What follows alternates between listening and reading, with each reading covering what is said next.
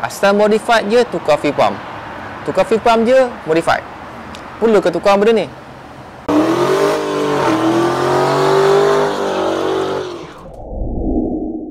Pernah tak kawan-kawan atau pemain anda sendiri menyarankan tukar fuel pump yang standard kepada jenis high flow apabila anda hendak melakukan modified pada enjin? Dan adakah menukar fuel pump jenis high flow ini boleh meningkatkan power ataupun sebaliknya ianya menjadi lagi teruk daripada keadaan asal? Sebelum saya mengupas isu ini dengan lebih mendalam, mari kita tengok apakah fungsi fuel pump. Fuel pump berperanan untuk membekalkan bahan api daripada fuel tank kepada fuel system seperti fuel filter, fuel rail, fuel pressure regulator. Ianya membekalkan pada tekanan tinggi daripada 3 bar hingga 4 bar. Jadi, apakah yang membezakan antara fuel pump standard dengan fuel pump jenis high flow ataupun performance fuel pump? Liter per hour ataupun LPH. Itulah yang membezakan antara fuel pump standard dan juga fuel pump performance.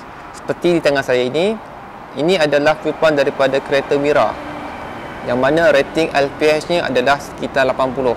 Maksudnya, fuel pump ini boleh membekalkan 80 liter petrol ataupun bahan api dalam masa 1 jam. Berbeza dengan jenis high flow fuel pump. Performance high flow fuel pump boleh membekalkan bahan api dengan lebih banyak. Seperti dalam ratingnya, macam saya pegang ini adalah daripada AVS 265 liter per hour. Ianya boleh mengepam bahan api sebanyak 265 liter dalam masa 1 jam. Pemilihan liter per hour ini bergantung pada horsepower yang kita target enjin kita lakukan. Konsep yang mudah, lagi tinggi horsepower enjin itu hasilkan, lagi banyak keperluan fuel yang diperlukan. Sebagai contoh, untuk enjin normally aspirated ataupun tanpa pengencas turbo, untuk menghasilkan power sekitar 150 horsepower, sebenarnya fuel pump standard yang sekitar rating 80 LPH ni sudah cukup untuk menghasilkan power lebih kurang 150. Jika anda menggunakan enjin turbo dan menggunakan fuel pump yang asal daripada turbo, sepatutnya ianya telah cukup untuk menghasilkan horsepower sekitar 250 horsepower. Dan pengalaman saya, mana-mana kereta yang menggunakan fuel pump asal daripada turbo, dalam 300 horsepower rating adalah cukup.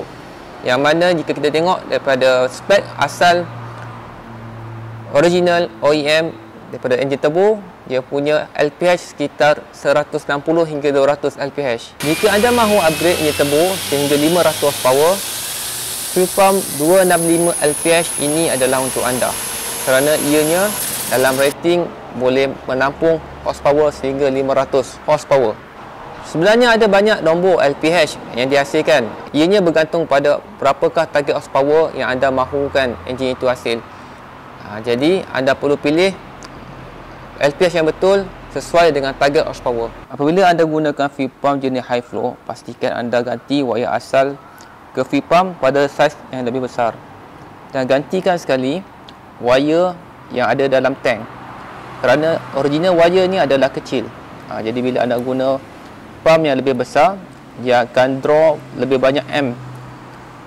Jadi bila anda guna wayar yang lebih kecil, wayar akan jadi lebih panas dan ianya akan menyebabkan kerosakan. Jadi untuk dapatkan result yang lagi best apabila menggunakan fuel pump, anda akan dapat flow yang betul, kita perlu menukar wayar yang lebih besar. Diharap sedikit perkongsian daripada saya ini dapat membantu anda memilih fuel pump yang betul sesuai dengan target horsepower enjin anda. Sila share video ini pada rakan motorsport, subscribe dan tekan button bell untuk video terbaru daripada kami. Saya Carol, jumpa anda pada video akan datang.